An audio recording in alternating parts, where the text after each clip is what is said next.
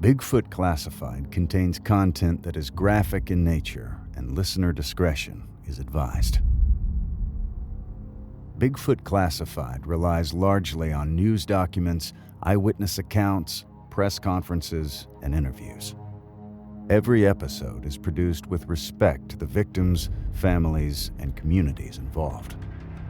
Some of the interviews, quotes, and broadcasts have been recreated. Numerous hours of research have been done regarding these stories. And if you have a theory, question, or feel that we've missed something, we encourage you to visit bigfootclassified.com.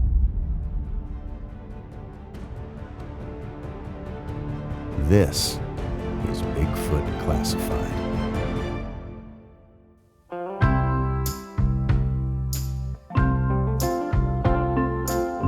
The Minnesota Iceman is one of the most intriguing and enduring mysteries in cryptozoology.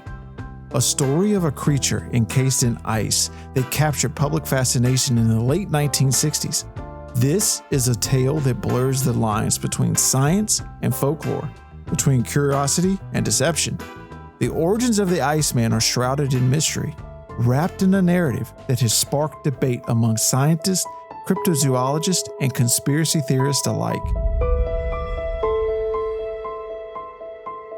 Frank Hansen, the man who displayed the Iceman across the United States, claimed that the Iceman had been discovered by Russian seal hunters in the frigid wilderness of Siberia, and that it was later purchased by an anonymous, wealthy American who wanted to keep the specimen hidden from public view. According to Hansen, he was merely the custodian of the creature, tasked with showing it to the world under strict conditions. The Iceman, as it was displayed, was a sight to behold. Encased in a block of ice, the figure appeared to be about 6 feet tall, covered in thick, dark hair. Its features were a grotesque blend of human and ape, with a flattened nose, deep-set eyes, and a mouth that seemed to gape open in a permanent scream. The body was contorted, and one arm twisted at an unnatural angle, and there appeared to be a bullet wound in its head. Blood and tissue were visible, frozen in time, suggesting that the creature had met a violent end before being preserved in ice. When Hansen took the Iceman on tour, it quickly became a sensation. Crowds flocked to see the mysterious creature, and word of the Iceman began to spread. Among those who heard about the Iceman were Ivan T. Sanderson and Dr. Bernard Heuvelmans, two prominent figures in the world of cryptozoology.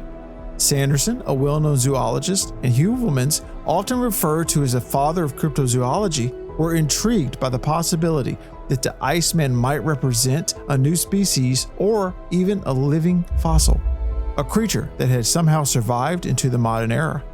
In December 1968, Sanderson and Heuvelmans arranged to meet with Hansen to examine the Iceman in person. They spent hours closely inspecting the creature, taking detailed notes and photos. Both men were convinced that they were seeing was not a hoax. The Iceman, they believed, was a genuine biological specimen, unlike anything they had ever been documented by science. Heuvelmans even proposed that the Iceman represented a new species of hominoid. This species, according to Heuvelmans, might be a missing link between modern humans and our ancient ancestors, a relic from a time long before civilization as we know it.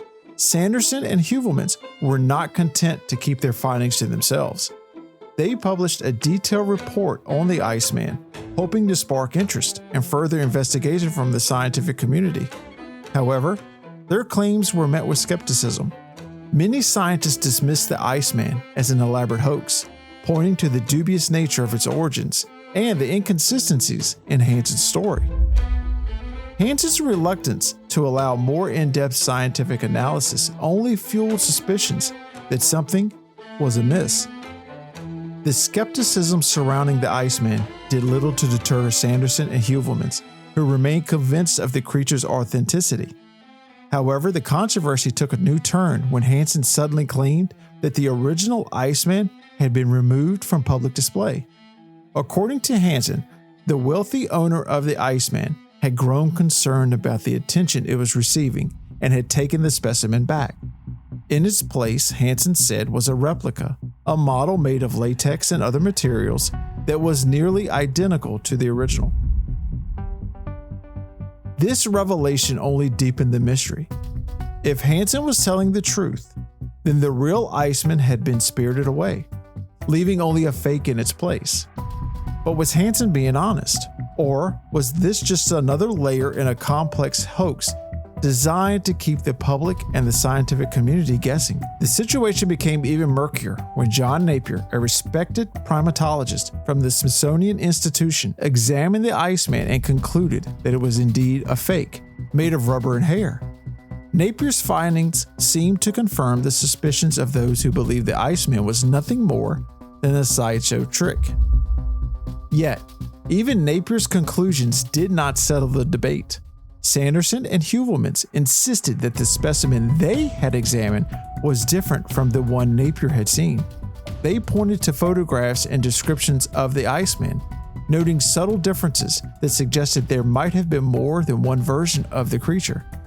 Was it possible that Hansen had created multiple models of the Iceman? Or was the real Iceman still out there, hidden away from prying eyes?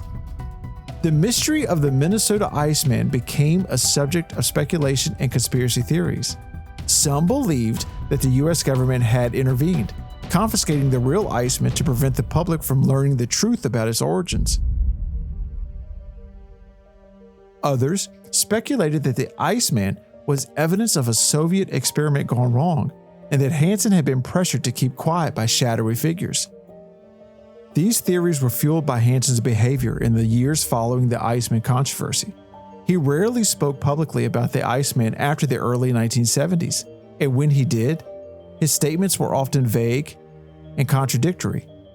As the years went by, the Minnesota Iceman faded from the public eye, becoming a curious footnote in the annals of cryptozoology. But the questions it raised were never fully answered. If the original Iceman was a genuine biological specimen, what became of it? Was it hidden away in a secret facility? Or was it simply a clever hoax that had been played to the public's fascination with the unknown? In 2013, the Minnesota Iceman resurfaced, this time in Austin, Texas, where it was purchased by Steve Boosty, the owner of the Museum of the Weird. Steve had the Iceman examined by experts, who confirmed that this specimen was made of latex and other materials, seemingly validating Napier's earlier conclusion that the Iceman was a fake. But even this revelation did little to diminish the Iceman's allure. For some, the latex model was proof that Hansen had replaced the original specimen with the replica to avoid legal trouble. For others, it was evidence that the entire story had been a hoax from the beginning. The resurgence of interest in the Iceman brought with it a renewed wave of speculation and debate. Cryptozoologists, historians, and curious members of the public all flocked to the Museum of the Weird to see the Iceman for themselves, each hoping to uncover the truth behind the legend. But despite the renewed attention, the mystery of the Minnesota Iceman remains unsolved. Was it a real cryptid, preserved in ice and discovered by chance, or was it an elaborate hoax designed to capitalize on the public's fascination with the unknown? The story of the Minnesota Iceman is a testament to the enduring power of mystery and the human desire to believe in the extraordinary. It challenges us to question the nature of reality and to consider the possibility that some mysteries are not meant to be solved. Instead, they serve as a reminder of the vastness of the unknown and the potential for discovery that lies just beyond the edges of our understanding. Even today, the Minnesota Iceman continues to captivate those who seek the truth behind the world's most enduring mysteries. It stands as a reminder that the line between fact and fiction is often blurred, and that our perceptions can be shaped by what we want or fear to believe. As we reflect on the Minnesota Iceman, we are left with more questions than answers. Was it a relic from a bygone era, preserved in ice and brought to the surface by chance? Was it a hoax, cleverly designed to deceive and to profit from the public's fascination with the unknown? Or perhaps the true legacy of the Minnesota Iceman lies not in the answers it provides, but in the questions it raises. In our search for the truth, we must be willing to confront the possibility that some mysteries are beyond our comprehension. The Iceman serves as a powerful symbol of that thin line between fact and fiction, and the enduring allure of the unexplained. Frank Hansen, the man at the center of the Iceman saga, passed away in 2003, taking with him any secrets he may have held about the creature's true origins. But even in death, Hansen's creation lives on, continuing to intrigue and mystify those who encounter it. The Iceman, whether real or fake, remains an iconic figure in the world of cryptozoology, a symbol of the unknown, a riddle wrapped in an enigma, preserved in ice for all to ponder. In a world where science strives to explain everything, the Minnesota Iceman reminds us that there are still mysteries that elude our understanding. It stands as a testament to the power of the curiosity, the thrill of discovery, and the allure of the unexplained. Whether it was a genuine cryptid or a clever hoax, the Iceman's story continues to resonate with those who seek to explore boundaries of the known world.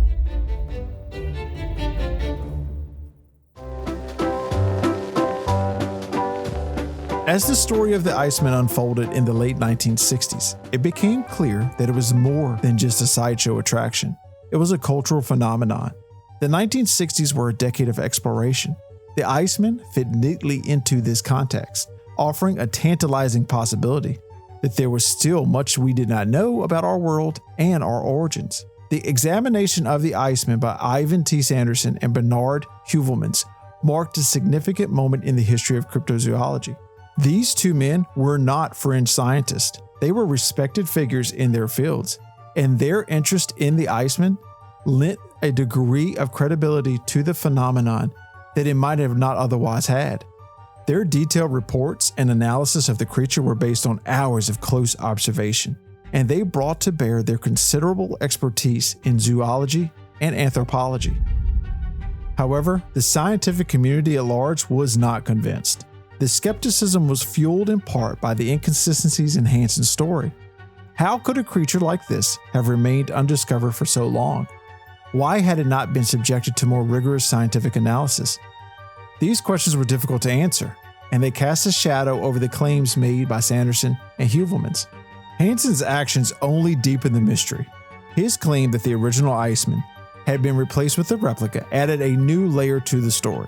Was this a genuine concern for the safety of the specimen, or was it a convenient way to avoid further scrutiny? Hansen's reluctance to allow more detailed examination of the Iceman fueled speculation that he had something to hide, and this speculation quickly gave rise to conspiracy theories. Despite the controversy, or perhaps because of it, the Iceman continued to draw crowds.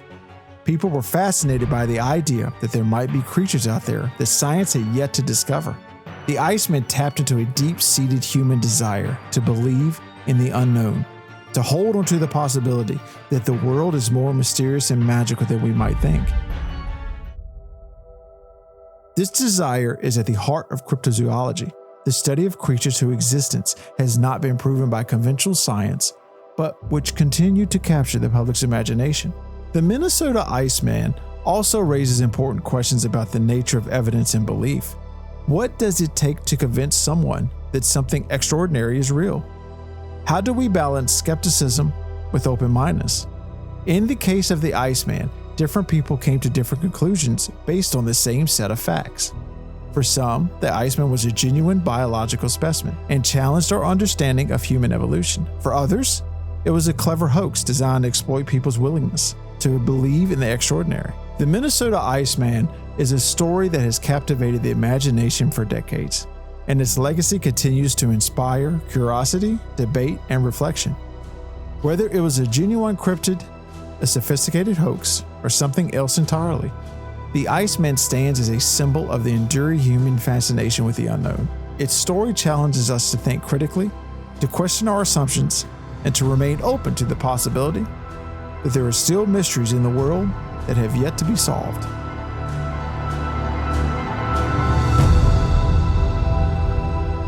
Thank you for listening to another episode of Bigfoot Classified.